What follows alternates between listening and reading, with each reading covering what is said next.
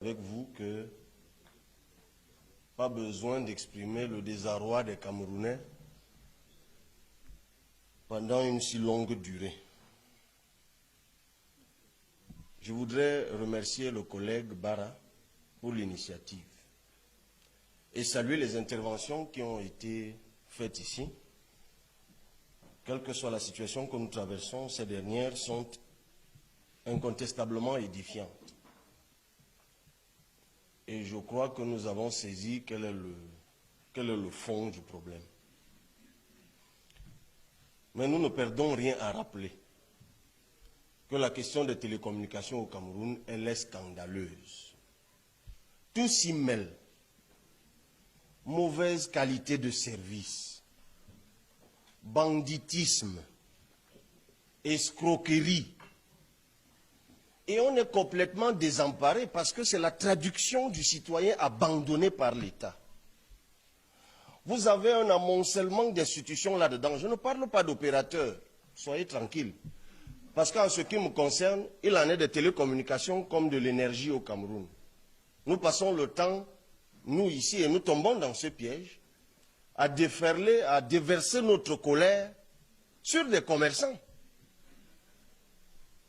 Je le dis souvent de Eneo quand on parle de l'énergie, c'est un commerçant. On est dans un pays où nous produisons nous-mêmes notre énergie, nous transportons nous-mêmes notre énergie, et nous-mêmes nous déclarons un matin que nous sommes incapables de la vendre. Alors nous allons chercher des fonds anglais pour la vendre, et après nous nous plaignons devant le vendeur. C'est pour ça que moi je ne parle jamais de vendeurs. Donc MTN, Orange, Nextel, je m'arrêterai tout au plus pour rassurer le compatriote qui a lancé un cri de secours ici, celui de Nextel notamment, qui fait face à beaucoup de soucis juridiques, pour lui dire que nous avons entendu, nous ferons ce que nous pourrons. Un opérateur compétitif de plus, ce n'est pas mauvais. Mais pour les autres, vraiment, ils font du commerce.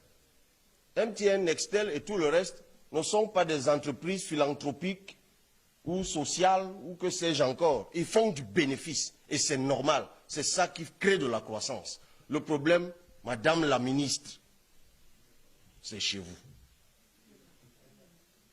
C'est chez vous.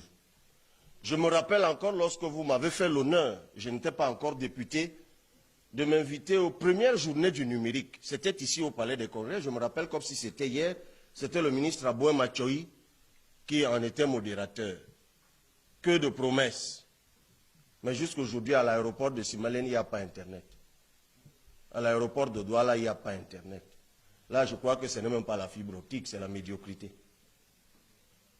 Nous sommes incapables d'avoir une vitrine. Tout simplement, lorsque quelqu'un atterrit, comme ça se passe partout dans le monde, vous atterrissez dans des pays normaux, vous trouvez Internet. Peut-être même ce n'est pas vous. Mais je voudrais vous demander, Madame la ministre, dites-nous à quoi sert le fonds de développement des télécommunications. Parce que j'ai lu la loi y afférente, enfin le texte, je ne sais même plus de quelle année il s'agit, qui oblige les opérateurs de télécommunications à donner, je crois, 2% annuellement, 3% annuellement de leur chiffre d'affaires. Et je crois que si on fait le calcul, ça fait quand même au moins une dizaine de milliards donnés dans ce fonds de développement des télécommunications tous les ans. Mais nous n'avons toujours pas de bonne qualité d'appel téléphonique. Vous lancez un appel, on vous coupe, vous n'entendez rien. Internet, c'est le yo-yo. Où va cet argent? Qu'est-ce que ça fait? Où est-ce qu'il y a développement des télécommunications? J'écoutais MTN tout à l'heure. Seulement pour l'année dernière, 200 coupures, je crois. Il a donné le chiffre de la fibre optique. Ok, nous avons décidé de conserver notre souveraineté sur la fibre optique. Ce n'est pas mauvais. En théorie, l'idée est bonne. Mais nous sommes incapables de l'entretenir, mais ce n'est pas étonnant. Moi, j'ai vu ces gens qui... C'est Camtel. C'est vous qui l'installez. Moi, j'ai vu les gars installer la fibre optique souvent dans l'arrière-pays. Vous-même, je ne suis pas technicien. Mais quand vous passez là, vous les regardez travailler. Vous vous demandez si c'est vraiment ça qui va transporter. C'est ça la fibre optique. Vous leur donnez de l'argent, mais enfin, ils vous creusent un truc de 10 cm et le lendemain, c'est une chèvre qui bouffe ça. On n'a même pas besoin d'un attentat pour ça. Je vous parle des choses que je vois. Excusez-moi d'avoir ce ton parce que j'exprime mon exaspération. Je veux bien qu'on affiche tout le temps de grosses ambitions de numérisation et de tout ce qu'on veut. Mais on est ridicule en la matière, mais absolument ridicule. J'envoie un message, vous, collègues, chers collègues, Moussa, je vous envoie un message WhatsApp. Il transite par la France ou je ne sais quel autre pays pour que vous le receviez.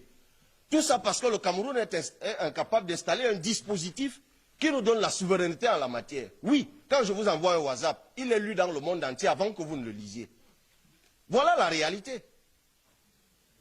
Alors, ou le gouvernement est capable d'assumer ses responsabilités, ou alors vous faites comme vous en avez l'habitude, vous vendez, même au prix symbolique, comme vous avez fait pour d'autres choses.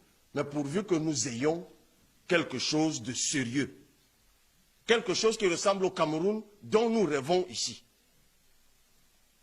Vous allez m'excuser pour le ton que j'ai affiché, Monsieur le Président, mais je crois que trop c'est trop. Trop c'est trop. Il ne faut pas que cette assise soit comme toutes ces assises que nous faisons ici. Nous parlons, c'est Joshua qui appelle cet endroit mur de lamentation. Nous parlons, et puis ça amuse la galerie républicaine, et puis rien ne change. Madame la ministre, s'il y a un problème quelque part, dites-le. Moi, je ne suis peut-être pas puissant, mais il y en a ici qui le sont. Qui peuvent aller débloquer là où ça peut être débloqué. Parce que je présume que le fond dont je parle, c'est ma préoccupation principale. Je suis sûr que ça vous échappe. Et qu'on n'osera pas nous dire ici que ça sert à autre chose. Évidemment, dans cette autre chose, entre autres, bâtir des immeubles des gens, renouveler leur parc automobile et tout ce que vous voulez. Donc il faut que ce fonds-là, tout au moins, serve à quelque chose. Moi, je ne voudrais pas taper sur les opérateurs et je finis par là. Ils font le commerce. On a une agence de régulation des télécoms quand même, bon sang. Mais de quelle régulation il s'agit? Puis-je aller là-bas me plaindre et trouver une solution? On les accuse tous de copinage avec tous ceux qui, effectivement, font du bénéfice sur nous. Mais quand est-ce que dans ce pays, même dans les télécommunications, on aura une institution qui nous protège, qui nous écoute, qui veille aux intérêts du Cameroun? Merci, Monsieur le Président.